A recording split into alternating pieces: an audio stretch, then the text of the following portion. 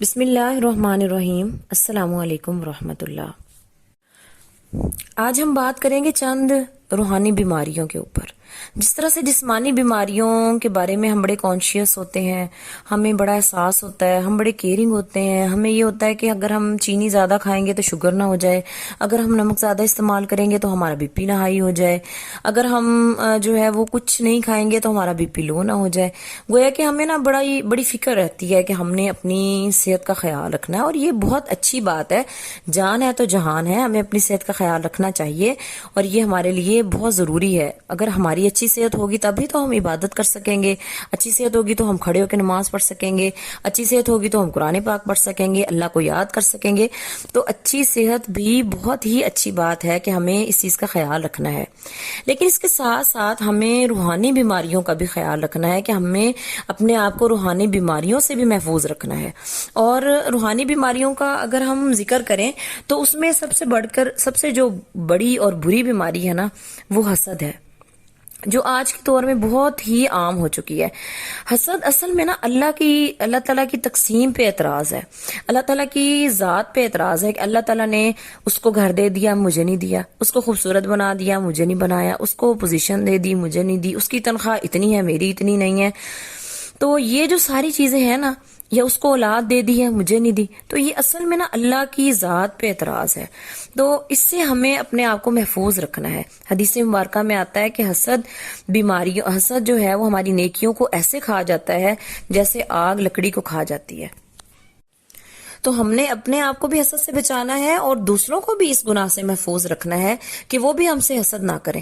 بس یہ نا ایسی باتیں ہیں موٹیویشنل سپیکرز کی اور ایسے ہی فضول قسم کی باتیں ہیں کہ حسد کرنے والا آپ کے ساتھ ہو، آپ کے لیے حاسدین ہو تو یہ بڑی اچھی بات ہوتی ہے۔ ایسا نہیں ہے، ہم اپنی وجہ سے کسی اور کو گناہ گار کیوں کریں؟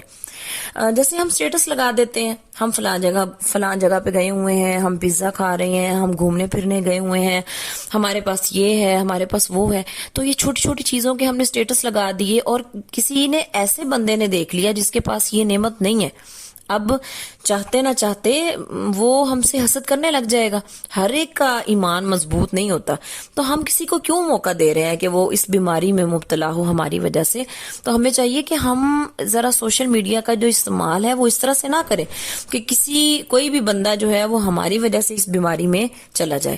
تو اپنے آپ کو بھی محفوظ رکھیں کہ آپ بھی کسی سے حسد نہ کریں، اور دوسرے کو بھی محفوظ رکھیں کہ کوئی بھی آپ سے حسد نہ کرے، اور سورۃ فلق اور سورۃ الناس پڑھ کے اپنے اوپر دم کیا کریں کہ اللہ تعالیٰ آپ کو حاسدین کے حسد سے محفوظ فرمائے۔ اور ہمیشہ اپنے آپ کو بھی اس سے محفوظ رکھنے کی دعا کیا کریں کہ یا اللہ مجھے بھی حسد کرنے والا نہ بنا، مجھے بھی اپنی تقسیم پہ اعتراض کرنے والا نہ بنا۔ یہ رب نے نا یہ دنیا ہمارے لیے ہی بنائی ہے، اور ہمارے پیدا کرنے سے پہلے ہی اس کو خوب سجایا ہے، خوب بنایا ہے۔ وہ بہت بڑی ذات ہے، اور آپ اس بات کا اندازہ یہاں سے لگا لیں کہ حضرت سلیمان علیہ السلام نے جب دعوت کی تھی نا تمام چرند پرند کی، کائنات کی، سب کی، تو اللہ تعالیٰ نے منع کیا تھا۔ اللہ تعالیٰ نے کہا تھا کہ آپ جو ہے نا کسی کی دعوت نہ کریں اس طرح سے، اور آپ نہیں کسی کو بھی کھلا سکتے، لیکن وہ بڑے باضد رہے، انہوں نے کہا نہیں، میں نے مخلوق کی دعوت کرنی ہے۔ اب ان کے انڈر میں تو جنات بھی تھے، تو جنات کو انہوں نے کہا کھانے بناؤ، کھانے بنتے رہے، کھانا اکٹھا ہوتا رہا، اور کیا ہوا آخر میں کہ ایک مچھلی آئی، اس نے ایک نوالا بنایا اور سارا کچھ کھا لیا، اور پھر کہا کہ اور لے آؤ۔ تو وہ رب نا اس مچھلی کو روز کھانا کھلاتا ہے، اور اس جیسی کئی مچھلیاں، کئی چونٹیاں، کئی جانور، کئی انسان، سب کچھ اللہ تعالیٰ کر سکتے ہیں، سب کو کھلا رہے ہیں، پلا رہے ہیں، سب کے لیے رہائش کا انتظام کیا ہوا ہے۔ تو ہمیں چاہیے کہ ہم اس رب سے تعلق بنائیں اور اس سے مانگیں، اور اس سے کہیں کہ یہ چیز ہمیں چاہیے، آپ ہمیں یہ دے دیں۔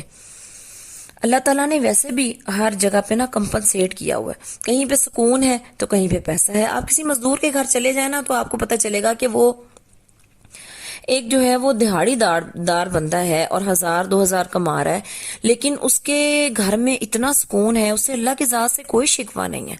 لیکن کہیں آپ دیکھتے ہیں کہ کوئی بندہ 1 لاکھ 2 لاکھ 1 کروڑ کما رہا ہے اور وہ اتنا پرشکوہ ہے، اتنی شکایت کر رہا ہے کہ میرے پاس یہ نہیں ہے، میرے پاس وہ نہیں ہے، میرے پاس یہ گاڑی نہیں ہے، میرے پاس اس طرح کا گھر نہیں ہے.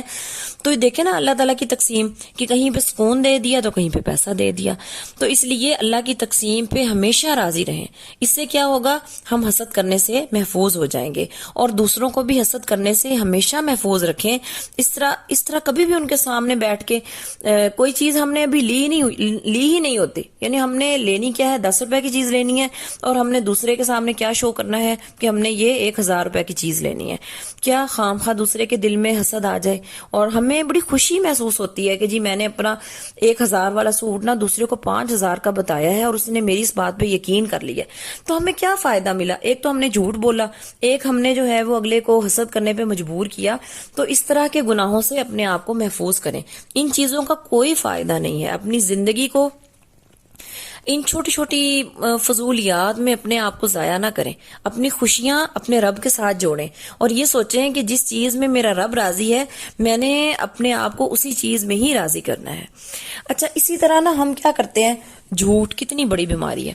ایک دفعہ آپ صلی اللہ علیہ وسلم کے پاس ایک آدمی آیا تو اس نے کہا کہ اے اللہ کے رسول، میں نا شراب بھی پیتا ہوں اور چوری بھی کرتا ہوں اور جھوٹ بھی بولتا ہوں، آپ مجھے بتا دیں ان تینوں میں سے نا میں نے ایک گناہ چھوڑ دینا.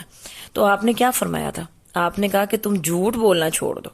یعنی باقی جو 2 تمہاری ہے نا بیماریاں وہ خود بخود ختم ہو جائیں گی اگر تم جھوٹ بولنا چھوڑ دو گے. اور ہم کیا کرتے ہیں، ہم ایسے ہی بس دوسرے کو بتانے کے لیے 1000 کے سوٹ کو 5000 کا بتا دیتے ہیں. خام خواہ ہمارا کوئی مقصد ہی نہیں ہوتا، کوئی مطلب ہی نہیں ہوتا، کوئی ضرورت بھی نہیں ہوتی، ہم جھوٹ بول دیتے ہیں. تو یہ جو جھوٹ ہے نا، اس سے اپنے آپ کو محفوظ رکھنا ہے. یہ چھوٹے چھوٹے جو ہمیں بظاہر نا یہ چھوٹے چھوٹے سے گناہ لگ رہے ہوتے ہیں، لیکن کیا ہوتا ہے، یہ اتنے بڑے گناہ ہیں کہ ہمارے لیے آفت کا سبب بن سکتے ہیں. ہمارے لیے سب سے بڑھ کر ہے کہ اللہ کی ناراضگی کا سبب بنتے ہیں. اور اللہ تعالیٰ جب ناراض ہو جائیں گے نا ہم سے، تو ہمیں پھر کوئی فائدہ نہیں ہے زندگی گزارنے کا، ہمارا علم حاصل کرنے کا، کسی بھی چیز کا نا کوئی فائدہ نہیں ہوگا. تو ہم نے اپنے آپ کو جھوٹ سے بچانا ہے. اللہ سے دعا کیا کریں کہ یا اللہ ہمیں جسمانی بیماریوں سے بھی محفوظ رکھیں اور روحانی بیماریوں سے بھی محفوظ رکھیں. اچھا، پھر نا ہم صرف زبان کے چسکے کے لیے، بس کسی سے گپ شپ لگانے کے لیے، کسی سے باتیں کرنے کے لیے کیا کرتے ہیں. اب ہمارے پاس علم کی تو اتنی کمی ہے، عبادات کی اتنی کمی ہے کہ ہم اس کے بارے میں بات نہیں کرتے. یعنی علم کی کمی کی وجہ سے ہم کوئی علمی بات تو کرنے سے رہے. ہم کیا کریں گے، اپنی زبان کے چسکے کے لیے ایسے ہی کسی پہ الزام لگا دیں گے. اس میں کیا ہوگا، جھوٹ بھی آ جائے گا، الزام بھی آ جائے گا اور بہتان کا بھی ہمیں گناہ ملتا رہے گا، جھوٹ کا بھی گناہ ملتا رہے گا. اور پتہ ہے بہتان کا کتنا سخت گناہ ہے. اگر تو وہ بات اس شخص میں موجود ہے پھر تو غیبت بن جائے گی. اور غیبت کیا ہے؟ غیبت تو مردار بھائی کا گوشت کھانے کے مترادف ہے. اور ہم کیا کرتے ہیں، ہم غیبت اس طریقے سے کرتے ہیں، ہم یہ کہتے ہیں کہ جو ہے نا وہ میں اکثر ایسا کرتے ہیں کہ کسی کے منہ پہ ہی بات کر دیتے ہیں. ہم کہتے ہیں بھائی میں نے تو تمہارے منہ پہ یہ بات کر دی ہے اس لیے کہ پیٹ پیچھے تو پھر غیبت ہو جائے گی. اب یہ نہیں دیکھتے کہ اصل میں اللہ تعالیٰ نے غیبت سے کس لیے منع کیا.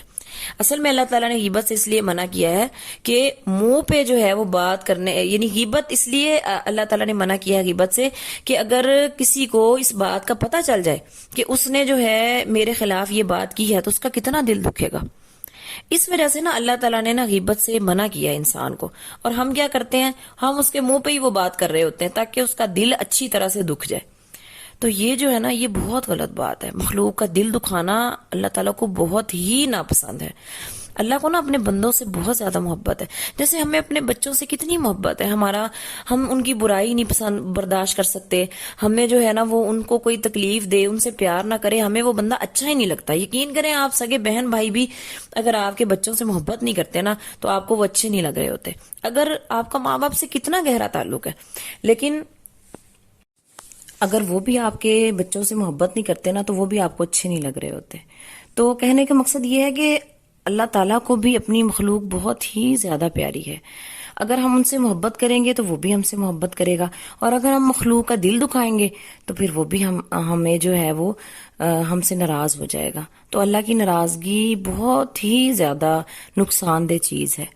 دنیا میں کوئی ناراض ہو جائے نا تو اتنا بڑا نقصان نہیں ہوتا، لیکن کائنات کا رب ناراض ہو جائے تو بہت زیادہ نقصان کا خدشہ ہے۔ تو ہمیں جو ہے نا وہ کسی کو اس طرح سے کسی کے منہ پہ بات کر کے اس کا دل نہیں دکھانا۔ کہتے ہیں نا، میں نے اکثر پوسٹ وغیرہ لگی دیکھی ہیں فیس بک پہ ادھر ادھر، کہ جو بندہ اسٹریٹ فارورڈ ہوتا ہے وہ منافق نہیں ہوتا۔ تو ہمارے نبی بالکل بھی اسٹریٹ فارورڈ نہیں تھے، بالکل کسی کے منہ پہ بات نہیں مارتے ہوتے تھے۔ تو یہ نا ایسے ہی آج کوئی فیشن ہی چل پڑا ہے صرف اس بات کے کہنے کا کہ جی میں بڑا اسٹریٹ فارورڈ ہوں۔ مطلب آپ اسٹریٹ فارورڈ ہیں اور آپ نے کسی کے منہ پہ بات ماری ہے اور اس کا دل دکھ گیا ہے، ایسے اسٹریٹ فارورڈ ہونے کا کیا فائدہ؟ یہ کوئی خوبی ہے؟ بالکل بھی یہ خوبی نہیں ہے۔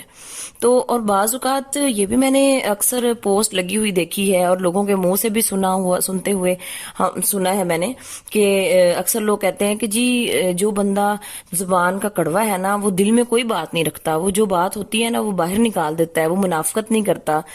اب کوئی یہ پوچھے ان سے کہ ہمارے نبی تو منہ کے بہت ہی میٹھے تھے، آپ کے منہ میں تو بڑی مٹھاس تھی، آپ نے تو کبھی سخت الفاظ استعمال نہیں کیے تھے، آپ کی موجودگی میں تو بدو جو تھا وہ پیشاب کر کے چلا گیا مسجد کے اندر، اور آپ نے کیا کیا؟